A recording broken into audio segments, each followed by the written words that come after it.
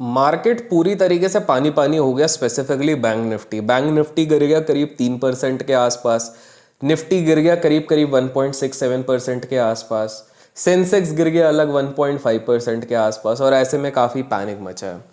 Adani group के कल के दिन पे देखा जाए तो करीब 90,000 करोड़ के ऊपर गया था। आज उसके ऊपर भी चले गया है पैसा, मतलब in terms of market cap तो काफ़ी ज़्यादा चले गया। तो एग्जैक्टली माजरा हुआ क्या मार्केट में, इसको अगर संक्षेप में हम समझने की कोशिश करेंगे तो कल एक हिंडनबर्ग का रिपोर्ट आया था जो हर जगह प्रचलित था। हमारे कम्युनिटी पोस्ट पे भी हमने इसको डाल दिया था, जिसके कारण ऑलरेडी अडानी ग्रुप के स्टॉक्स 5-5, 6-6% गिरने लग गए। आपने एक और चीज़ देखी होगी कि एसोसिएटेड सीमेंट पैक भी गिरने लग गया। क्यों? बिकॉज सीमेंट की जो सबसे बड़ी एक्सपोजर है वो हाल फिलहाल अडानी जी के कंट्रोल में है, अडानी ग्रुप के कंट्रोल में। अंबुजा हो गया, एसीसी हो गई, ये सारी चीजें हो गई हैं।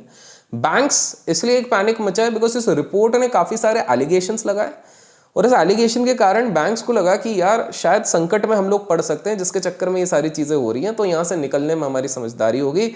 मार्केट ये पनप रहा था कि कहीं एनपीएज ना बढ़ जाए, तो जिन बैंक्स के थ्रू लेंडिंग हुई थी वो काफी हैवी वेट रखती हैं हमारे इंडेक्स पे।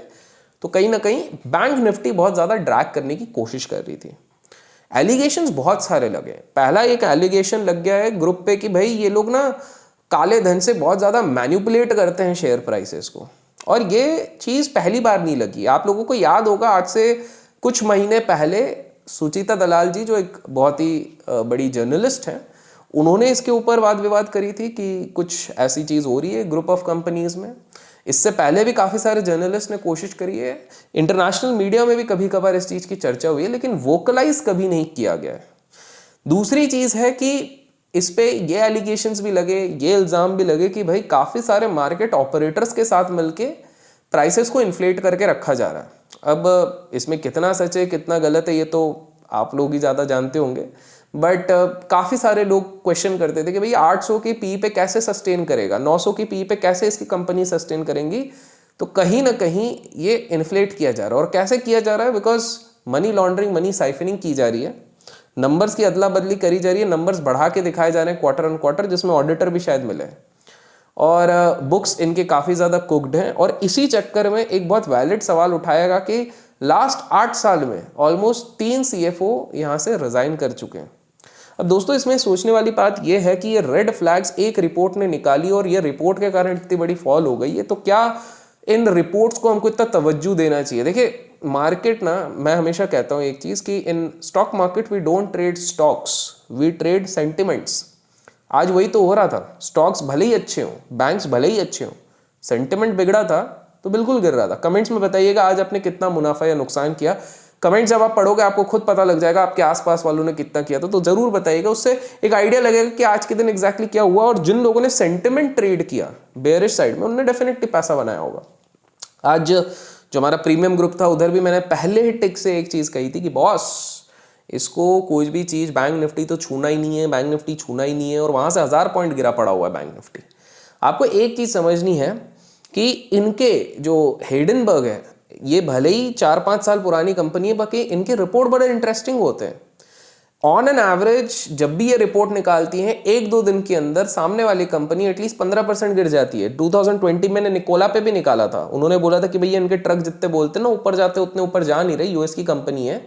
उसके बाद वो गिर गई थी। इनफैक्ट ऐसे ऐसे कुछ एग्जाम्पल्स निकले हैं जहां पर कि जब इनने रिपोर्ट निकाला तो 3-3 महीने में वो सारे स्टॉक्स 50%, 40%, 60% भी नीचे गए। मैं ये नहीं कह रहा हूँ कि इधर भी होगा, बिकॉज एक आध स्टॉक्स में ठीक ठाक बच भी गए थे, लेकिन मोस्ट ऑफ द केसेस में 50-50, 60-60% गए। डराने की कोशिश नहीं कर रहा हूँ, इस चीज़ को समझिए कि सेंटिमेंट बिगड़ा हुआ है। अब ये आप लोगों को डिसाइड करना है based on your trust, based on your faith. दुनिया भर से पूछते मत बैठिए कि अब क्या करें, अब क्या करें। बेस्ड ऑन योर एनालिसिस, जिस बेसिस पे आप उस शेयर में घुसे थे, आप उसको डिसाइड कीजिए। अगर आपने किसी टेक्निकल लेवल के बेसिस पे किया था तो टेक्निकल लेवल पे हमेशा एक एग्जिट पॉइंट होता है, एक स्टॉप लॉस होता है, काटो और निकलो। फॉर एग्जांपल आज के दिन सुबह मेरे पास कुछ स्ट्रैंगल था, शॉर्ट स्ट्रैंगल, तो कॉल सेल्स को मैंने होल्ड किया, शॉर्ट पुट वाले को मैंने सुबह के सुबह काटा, और उसके बाद मैंने कॉल सेल्स को और बढ़ा दिया। यही चीज मैंने चार्ट प्रीमियम पे बताई। रीजन ये था क्योंकि मेरे को दिख गया था कि यार एक पैनिक हो सकता है। तो करीब करीब पहले के 10-15 मिनट में मैंने ये चीज डिसाइड करके चेक कर ली। मैं बाद में अनरियलाइज देख रहा था, अगर मैं अपने इनपुट सेल को नहीं काटता और फटाफट कॉल सेल ज्यादा करके प्रॉफिटेबल नहीं निकलता तो अगर मैंने उसको होल्ड किया होता तो मेरा नेट लॉस, क्योंकि मेरे पास पोजीशंस इतनी रहती, करीब करीब 16 से 17 लाख होता। तो आप सोचिए कि वो पैसा बचा मेरे लिए एंड दैट बिकम प्रॉफिट। तो आपको पहली चीज है, टेक्निकल के हिसाब से अगर कहीं घुसते हो तो आप एग्जिट करो। फंडामेंटल के बेसिस पे अगर घुसे हो तो वापस रीइवैल्यूएट करो कि जिन मैट्रिक्स के कारण आप फंडामेंटली घुसे थे, अगर आप 4-5 साल पहले घुसे तो अच्छे वैल्यूएशन पे घुसे हो तो भाई मेरे हिसाब से अभी भी प्रॉफिट पे बैठे हो तो कोई टेंशन नहीं है। लेकिन हाल फिलहाल में साल भर पहले घुसे हो तो आप देखो आपका जो थेसिस है वो अभी भी वैलिड है कि नहीं है। अगर नहीं है तो फिर आपको निकलना चाहिए। बिकॉज एक बहुत ही फेमस हेज फंड मैनेजर है bill Ackman, by the way अपने चैनल पे ना हेज फंड्स की बहुत बढ़िया वीडियोस हैं, आप जाके चेक कर सकते हो। तो बिल एक्मैन कहते हैं कि भैया मैंने ये रिपोर्ट पढ़ी तो नहीं है लेकिन क्रेडिबल लोग हैं ये लोग, ये बिल्कुल करते हैं। लेकिन पता है यूएस में इन पे कार्रवाई चल रही है। कार्रवाई इसलिए चल रही है बिकॉज ये जो कंपनी है इस पे एलिगेशंस लगे हैं कि ये पहले शॉर्ट बनाती है, मतलब पहले बेच देती है, बेचने के बाद ये कुछ हेज फंड्स के साथ मिली हुई है, 8-10 बड़े बड़े हेज फंड्स के साथ, वो लोग बना लेते हैं, सब मिलके पीटते हैं शेयर को, फिर उसके बाद कवर करते हैं और इनको कमीशन देते हैं। तो ऐसे एलिगेशन लगे कि रिपोर्ट निकाल के पीटती है, लेकिन है ना बहुत ही डिटेल्ड रिपोर्ट्स निकालती है। आप खुद जाके देखोगे, पढ़ोगे, आधे लोगों को तो पढ़ने का टाइम नहीं मिलेगा, लेकिन बहुत डिटेल्ड रिपोर्ट बनाई गई है। अडानी जी ने, अडानी ग्रुप ने टू बी वेरी स्पेसिफिक, इनका एक काउंटर किया, ये कहा कि भैया हम कानूनी कार्रवाई करेंगे, आपने गलत इल्ज़ाम लगाए हैं, 88 में से 21 तो हमारे ऑलरेडी डिस्क्लोजर स्टेटमेंट में थे, तो आप ये कुछ तो भी बकवास कर रहे हो।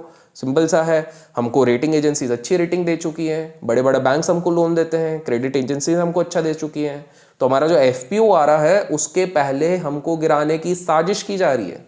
अब ये ना एक इंटरेस्टिंग चीज़ सोचो, मैं मानता हूँ कि शेयर बाजार में बहुत सारी जो चीज़ें होती है ना, वो मार्केट को पहले से बहुत चीज़ें पता होती हैं। आपको क्या लगता है कमेंट्स में ज़रूर बताइएगा कि बजट आने वाला है, हर कोई बजट रैली की बात कर रहा था, म्यूचुअल फंड्स रिकॉर्ड स्तर पे चल रहे हैं, जीएसटी कलेक्शन रिकॉर्ड स्तर पे, सब कुछ बढ़िया चल रहा है। अचानक से हमको इन्फ्लेशन नहीं गिरा पा रहा, फेड रेट नहीं गिरा पा रहा, हमको कोरोना गिरा नहीं पा रहा, लेकिन फिर एक एफपीओ की खबर आती है, बजट के पास में एफपीओ की खबर आती है, और उसी कंपनी जो एफपीओ लेके आ रही है उसी पे एलिगेशन लगते हैं और एक रिपोर्ट आती है, और रातों रात हम देखते हैं यूएस मार्केट जितना नहीं गिरता, ये धनाधन गिरता है। सोच के देखिए कभी। और देखिए क्रेडिट रेटिंग एजेंसीज पे तो यार ऑनेस्टली मैं उतना ज्यादा बिलीव नहीं करता हूं, क्योंकि क्रेडिट रेटिंग एजेंसीज ने तो डीएचएफएल को भी अच्छा रैंक दिया था, सबको अच्छा रैंक दिया था। तो अब सीधे मुद्दे पे आते हैं किन लेवल्स पे ध्यान देना है। बैंक निफ्टी का क्रूशियल सपोर्ट है 40,000, निफ्टी का है 17,500।